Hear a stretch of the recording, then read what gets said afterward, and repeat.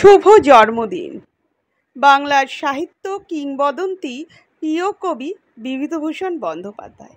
তিনি জন্মগ্রহণ করেছিলেন 1898 সালে 12ই সেপ্টেম্বর। তিনি ছিলেন জনপ্রিয় ভারতীয় বাংলা সাহিত্যিক। তিনি মূলত উপন্যাস এবং ছোট গল্প লিখে খ্যাতি অর্জন করেছিলেন। পথের পাঁচালী ও অপরিচিতা তার সবচেয়ে বেশি পরিচিত উপন্যাস।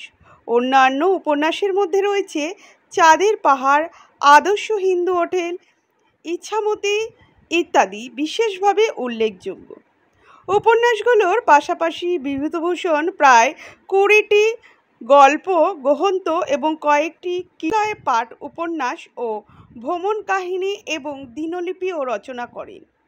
বিভূতিভূষণ বন্দ্যোপাধ্যায় পথের পাঁচালী উপন্যাসে অবলম্বনে সত্যজিৎ রায়ের পরিচালিত চলচ্চিত্র আন্তর্জাতিক খ্যাতি অর্জন করেছিলেন।